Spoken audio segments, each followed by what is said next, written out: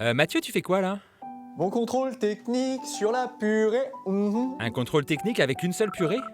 Ah bah alors là, mon pote, je vais te dire, tu vas pas me le faire ce coup-là. Il y en a qu'une, et c'est celle-ci. Ouais, déjà je suis pas ton pote, et ensuite faut comparer, Mathieu. Ah bon? Bah oui. Ah mais tu veux que j'y aille? Bah oui. T'as vu? Je chante bien, hein. Bah non, même pas.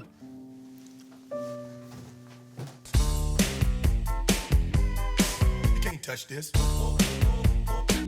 Faut avouer, la purée industrielle, c'est quand même pratique. Et parmi les références qui existent, il y en a une qui écrase tout. La référence suprême, le leader du marché, l'une des marques les plus connues des Français, née il y a plus de 50 ans. Bref, la purée mousseline. Mais des concurrents existent en matière de purée industrielle. Certains qui utilisent le même principe de flocons de pommes de terre desséchés, comme ici la marque EcoPlus. Ou des purées fraîches déjà préparées, comme celle de la marque Créaline. Alors la purée leader est-elle bien la meilleure? Contrôle technique. Premier critère, le prix. Et là, avantage à la marque distributeur, forcément. 15 centimes les 100 grammes de purée. Pour la marque leader, c'est 3 fois plus cher. Et notre purée déjà préparée, elle est déjà préparée, donc ça se paye. Et sinon, niveau temps de préparation, ça donne quoi?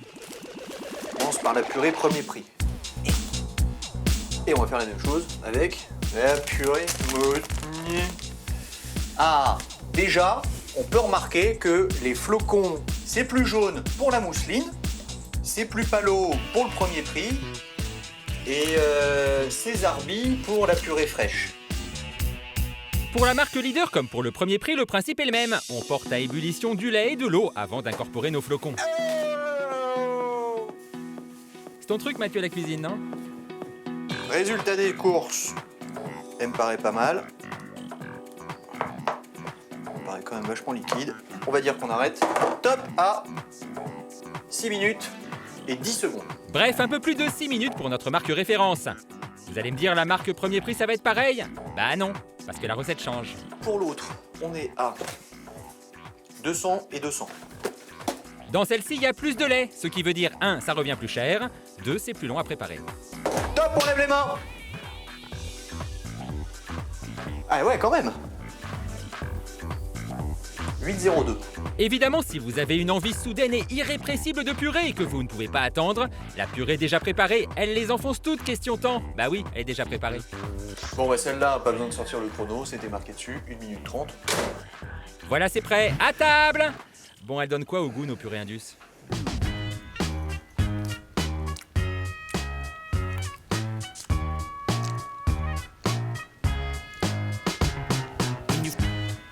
Mathieu, il a un peu de mal à les départager. Il est circonspect. Limite déconcentré. Ça en revanche, c'est génial pour la cantine. Mathieu, tu vas quand même pas balancer la purée. Non, non. Non, ça c'était le Mathieu Gubert d'avant, tu sais, celui qui retournait son appart. Donc non, je ne te ferai pas le crash test de la purée contre le mur. Ni au plafond. En revanche, sur la fenêtre, on peut tenter. Là, je crois qu'il te faudrait quand même un spécialiste. Ah ouais, une femme de ménage, mais un truc de malade, Mary Poppins. Non, un spécialiste de la purée. Ah oui, un chef, quoi. En l'occurrence, Bruno, que Mathieu a rejoint dans son resto, les bras chargés de cadeaux. Salut Bruno. Salut Mathieu. Ça va? Ça va? Qu'est-ce que tu m'amènes là? Je t'amène un peu de travail. Ouais. Ouais, parce que comme je sais que t'es fan de la purée, que c'est une grande spécialité de ta maison, bah, je me suis dit qu'avec ça, a priori, tu pouvais... Pas faire grand chose. Ah pardon. Ça commence bien. Tu repartiras avec. Hein. À se demander si notre chef, il aurait pas des a priori sur la purée industrielle. J'ai bien dit pour un sachet. Hein. En tout cas, devant la recette, il fait moins le malin. T'as des soucis à faire la purée, non? Ouais, ceci oui. Un bâton. Pour un sachet de 125 grammes, c'est peu de temps. 400 ml d'eau et 400 ml de lait dans une casserole, c'est... Allez, go. Bon, il a fini par la comprendre, la recette, et l'a suivie à la lettre. Mais bon, comme il est chef, qu'il avait le matos, tout ça, on l'a aussi laissé faire sa purée maison. C'est quoi, Bruno, ton petit truc et astuce pour bien réussir une purée? Une fois que ta pomme de terre est cuite, tu la passes à la moulinette. Et avant d'incorporer ton beurre ou ton lait, tu la dessèches un tout petit peu. D'accord. Après, tu incorpores ton beurre, tu mélanges ton beurre. Donc Ouais. là, tu vois, elle va se décoller des parois de la casserole comme je le D'accord. faisais là. Ouais. Après, tu mets ton lait, c'est terminé. Forcément, c'est plus long à préparer, une demi-heure environ.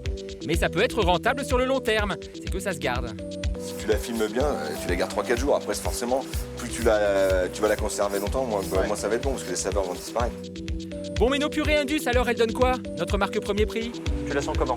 Oh bien, il y a de la pâte à choux. Mais pas bonne. Bah, toi, ça corde, t'es d'accord avec moi? Oui, mais parce que t'as pas mis le lait. Ah bah si. Si, eau et lait.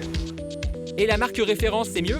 Là, si on écoute ce que eux nous disent de faire, Ouais. on a de la purée. Vous appelez ça de la purée, vous? En ce qui concerne l'aspect, c'est plutôt la purée déjà préparée qui lui plairait plus, en fait. Si je suis malade avec tes conneries, tu vas m'entendre.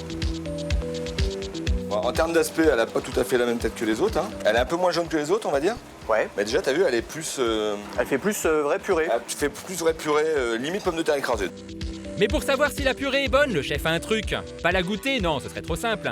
Non, juste un doigt, en fait. Regarde, mon doigt est propre. Je la mets dedans, mon doigt ressort propre. Et le doigt propre, c'est pas bon. Pour qu'une purée soit bonne, il faut qu'elle accroche. Et pour être honnête, il n'y a que la purée maison qui est accrochée. Ah, ça me rassure. Bon, il a bien essayé d'esquiver la dégustation, le chef, mais il n'a pas pu y couper. Il les a toutes goûtées, la marque premier prix, Désolé les gars, mais pas vous dire que c'est bon quoi. la marque leader, Gustativement, c'est meilleur que l'autre. Ouais, franchement. Franchement, y a pas photo. et notre purée en barquette qui, pour le coup, s'est révélée surprenante. On sent que c'est une purée qui est pas faite d'aujourd'hui. Pourquoi? Il y a un truc, quand tu goûtes, il y a un truc. Tu veux que je te dise? Ouais. Que t'as un truc, ça a presque le goût de brandade de morue. Ah oui, dis donc.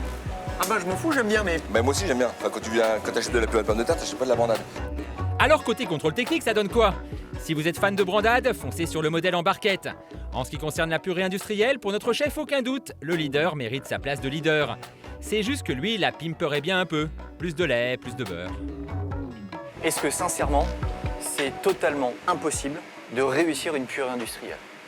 De faire en sorte que ce soit une vraie belle Non, purée? non, c'est pas impossible. Si on refait avec la mousseline, et je la travaille comme moi j'ai envie de la travailler, c'est-à-dire en suivant les 400 grammes de lait, les 200 grammes de lait, 200 grammes d'eau, en faisant comme ça, et en rajoutant plus de beurre et plus de beurre, on devrait obtenir quelque chose de... Mais ça veut dire qu'on va rajouter vachement plus que ce qui est marqué. Il faudrait peut-être qu'ils revoient un peu leur quantité et leur procédé.